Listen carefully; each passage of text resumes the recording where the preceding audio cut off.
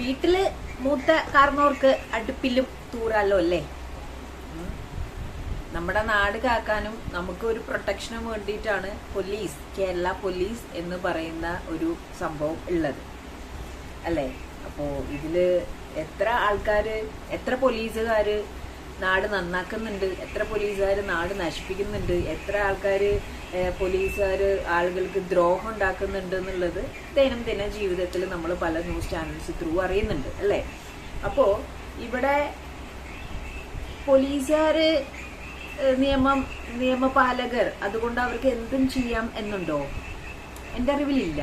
പോലീസുകാരാണെങ്കിലും ജനങ്ങളാണെങ്കിലും politicians ആണെങ്കിലും ആരാണെങ്കിലും തെറ്റ് ചെയ്താൽ തെറ്റ് തന്നെയാണ്. അവിടെ കൊമ്പ് ഒന്നും മുളച്ചിട്ടില്ല. ഇത്രയും പറഞ്ഞു വരാൻ കാരണം, കണ്ണൂര് പെട്രോൾ പമ്പിൽ ഒരു പോലീസ് പെട്രോൾ അടിക്കാൻ വന്നിട്ട് ആദ്യം 500 രൂപയ്ക്ക് അടിക്കാൻ പറഞ്ഞു, അത് കഴിഞ്ഞിട്ട് ഫുൾ ടാങ്ക് അടിക്കാൻ പറഞ്ഞു. അത് കഴിയുമ്പോൾ പൈസ ഇല്ല എന്ന് പറഞ്ഞിട്ട് ഈ പോലീസ് പറയാണ്, പൈസ ഇല്ല, അടിച്ച പെട്രോൾ തിരിച്ചെടുത്തോളാൻ, തിരിച്ചെണ്ണ വലിച്ചെടുത്തോളാൻ. എന്നിട്ട് ആ പൈസ ചോദിക്കാൻ വേണ്ടിയിട്ട് നിന്ന അവിടുത്തെ ആ ഒരു തൊഴിലാളിയെ കാറിന്റെ ബോണറ്റില്, അതായത് കാർ ഇങ്ങനെ വന്നിരിക്കുന്നു, ബോണറ്റ് ഇവിടെ നിന്നിട്ട് പുള്ളി എടുത്തു പോകാൻ പോയപ്പോ ഇയാള് നിർത്തിയിട്ട് പൈസ ചോദിച്ചതാണ്. അപ്പൊ ആ പൈസ കൊടുക്കാത്തതിനും ആ പൈസ കൊടുക്കാതിരിക്കുകയും ആ പൈസ ചോദിച്ചതിന്റെ ഭാഗമായിട്ട് ആ പുള്ളിക്കാരന്, ആ തൊഴിലാളിയെ ആ ബോണറ്റിന്റെ മേലെ കയറ്റി എടുത്ത് വണ്ടി എടുത്തങ്ങ് ഓടിച്ചു. എന്തുവാ ഇത്, വെള്ളരിക്കപ്പെട്ടെന്നോ?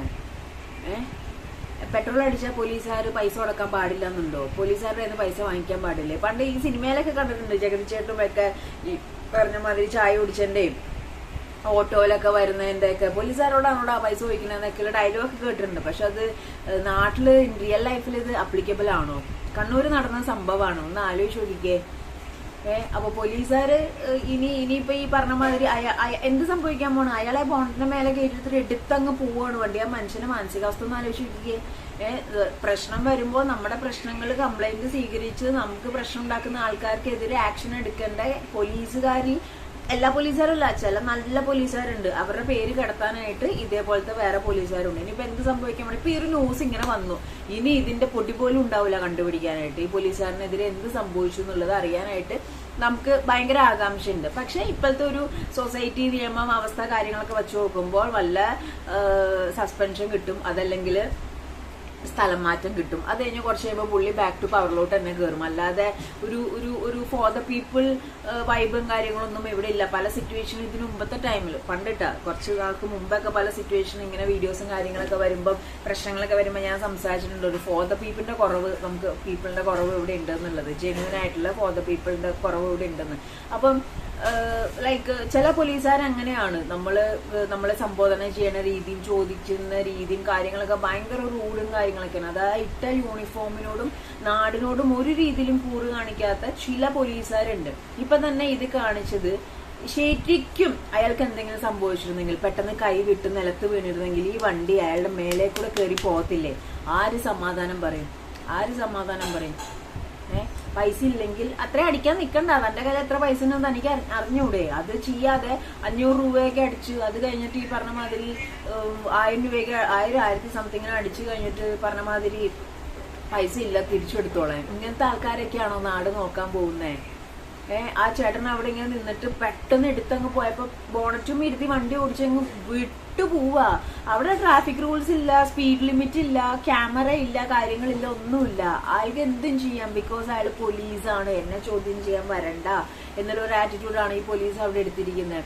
അയാളൊന്നും വീഴോ എന്തെങ്കിലും സംഭവിച്ചിരുന്നെങ്കിൽ എന്ത് ചെയ്തേനെ? ആര് സമാധാനം പറയും? പെട്രോൾ അടിച്ചതിന്റെ പൈസ ചോദിച്ചതാണോ അയാൾ ചെയ്ത തെറ്റ്? അത് നാട്ടു നടപ്പല്ലേ? പെട്രോൾ അടിച്ചാലും എന്ത് വാങ്ങിച്ചാലും ഒരു സംഭവം വാങ്ങിക്കുമ്പോൾ പൈസ കൊടുക്കാന്നുള്ളത് നാട്ടു നടപ്പല്ലേ? അപ്പൊ ഇതൊക്കെ അഹങ്കാരമല്ലേ? തൊപ്പി തലയിൽ കയറിയന്റെയും യൂണിഫോമിന്റെയും ഒരു അനാവശ്യ ഓവർ കോൺഫിഡൻസ്, വൃത്തികെട്ട പവറല്ലേ ഈ കാണിക്കുന്നത്? അപ്പൊ ഇതിനെതിരെ സത്യസന്ധമായി നാടിനും യൂണിഫോമിനോടും കൂറ് കാണിക്കുന്ന പോലീസുകാർ ശക്തമായ നടപടി എടുക്കണം എന്നാണ് എൻ്റെ ഒരു അപേക്ഷ. ലൈക്ക് ഇപ്പൊ സ്ഥലം മാറ്റം അല്ലെങ്കിൽ വാണിംഗ് കൊടുത്തു കഴിയുമ്പോഴും എന്താണ് ഇയാൾക്ക് ഇത്ര ധൃതി പിടിച്ചല്ലെങ്കിൽ ആ പൈസ ചോദിച്ചതിന്റെ ഇതിൽ ഇത്രയും ഒരു ക്രൂവൽറ്റി മൈൻഡ് ഒരു മനുഷ്യനോട് തോന്നുന്ന ആ ഒരു പോലീസുകാരെ എങ്ങനെ ചെയ്യും? ഇപ്പൊ ഇങ്ങനത്തെ ആൾക്കാരെ ഇപ്പൊ നമ്മൾ സ്റ്റേഷനിലോട്ടൊക്കെ പോകുമ്പോൾ ഇങ്ങനത്തെ ആൾക്കാരൊക്കെ ആണെങ്കിൽ നമുക്ക് എന്താണ് ഒരു സേഫ്റ്റിയും കാര്യങ്ങളൊക്കെ ഉള്ളത്? ഇതിപ്പോ കൊല്ലാൻ നോക്കുന്നതിന് തുല്യമല്ലേ? അപ്പൊ അങ്ങനെ ഒരു വിഷയം കണ്ണൂരുണ്ടായി. അപ്പൊ ദൈവത്തെ ഓർത്ത് നമ്മളൊക്കെ പോലീസുകാരെയും അഡ്വക്കേറ്റ്സിനെയും ഡോക്ടേഴ്സിനെയൊക്കെ റെസ്പെക്ട് ചെയ്തും അവരെയൊക്കെ മാനിച്ചും ജീവിക്കുന്നവരാണ്. അപ്പോൾ നിങ്ങളൊക്കെ നിങ്ങളുടെ ആ ഒരു പൊസിഷനോടും യൂണിഫോമിനോടും നാടിനോടും ജനങ്ങളോടും കൂറ് കാണിക്കണം തന്നെയാണ് എൻ്റെ അഭിപ്രായമല്ല, ഒരു സജഷൻ.